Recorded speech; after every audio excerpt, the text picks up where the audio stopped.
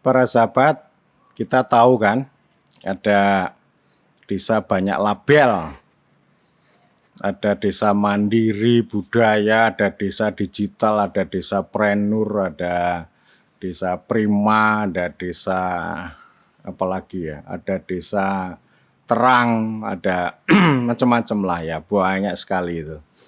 Itu disukai oleh teknokrat itu, disukai sektor ya. Ini kan cara pandang sektor terhadap desa.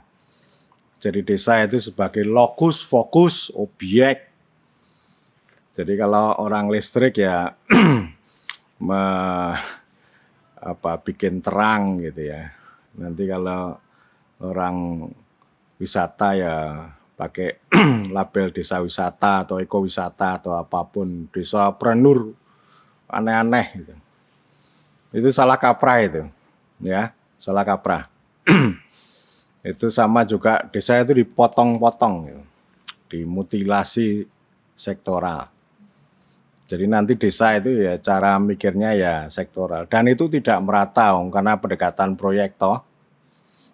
Pendekatan proyek. Jadi kalau kemampuannya itu satu label itu hanya sanggup mencakup 3 desa ya 3.000 desa ya 3.000 udah mending lah.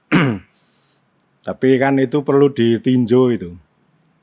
Label-label itu perlu ditinjau. Apakah betul sih? Ya, itu sekali lagi proyek mutilasi. Salah kaprah lah. Jadi pendekatannya keliru. Mereka berada di depan desa. Sama dengan istilah Robert Chambers itu namanya turis pembangunan gitu. Pakai ilmu-ilmunya mereka itu diinduksi gitu ya. Sebenarnya nggak perlu label. Jadi kalau mau listrik masuk desa ya nggak usah pakai kalimat listrik masuk desa, nggak usah bikin kalimat desa terang ya. Itu memang kewajibannya negara menyebar listrik, menyebar penerangan di setiap tempat di seluruh penjuru negeri, melayani warga negara kok. Nggak usah pakai label-label itu kan untuk akhirnya untuk pertunjukan mereka, meskipun nanti dalam perjalanannya ya banyak yang mangkrak. Ya. Jadi sekali lagi ini nggak menarik bagi saya. Termasuk desa digital itu kan sebenarnya untuk apa? Saya kasih contoh ya, itu desa-desa yang sering dipamerkan itu best practice lah istilah teknokrat itu. Misalnya di Jogja ini kan yang banyak dipuji, termasuk dipuji oleh gubernur ya. Itu kan ada Breksi di desanya Sambirjo ya di Prambanan. Ada desa Panggungarjo, ada desa Ngelanggeran. Ya. Itu 3 contoh itu. Tapi ada desa-desa yang dilabeli ya preneur ya macam-macam itu. Dan kemudian setiap diskusi itu kelihatannya barang ini nggak jadi. Yang mandiri budaya, yang preneur, yang macam-macam tadi itu nggak jadi. Bahasanya itu bahasa Jawanya plunglap. Plunglap itu ya ditaruh ya hilang lah, kabur gitu. Ya, mengapa demikian? Nah, saya dulu tahun 2010 itu membuat pendekatan 2 ya. Dari atas, dari bawah lah. Dari atas itu namanya intervensi proyek mutilasi secara sektoral tadi. Sudah ukurannya sudah ada. Ini label dikasih ukuran, nanti dibawa ke desa membawa bantuan gitu. Ya. Dan nanti desa juga berlomba-lomba membuat itu juga.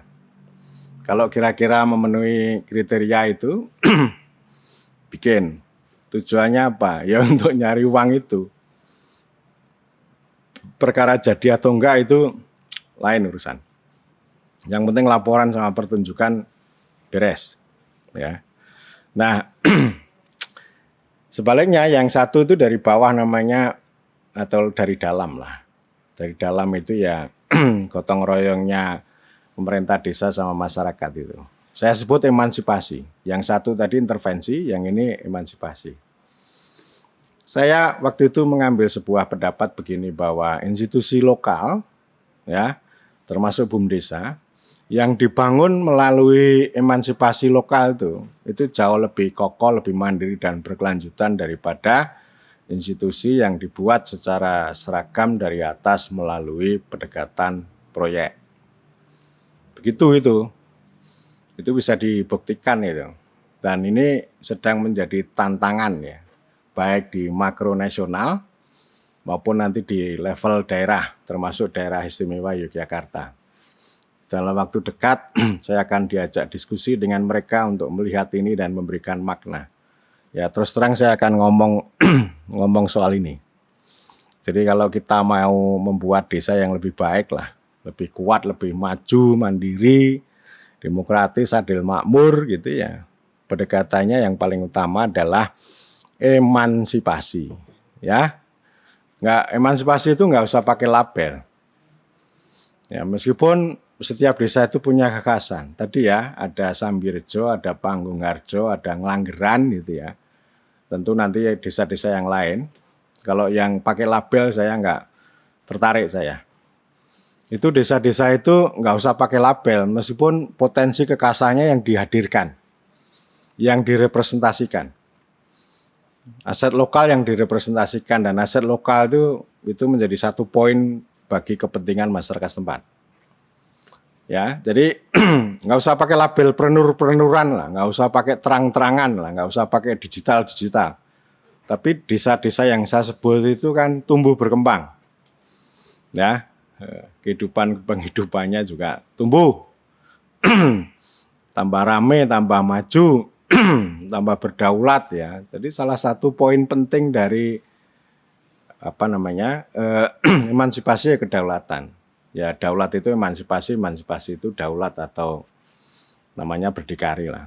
Jadi maksud saya hentikan itu banyak label yang salah kaprah yang proyek itu diganti dengan pendekatan emansipasi.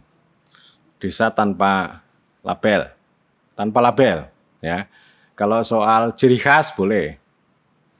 Beda loh antara ciri khas sama label. Kalau label itu kan dibuat dari atas dengan berbagai macam kriteria dan kriteria itu diterapkan. Itu teknokrasi itu.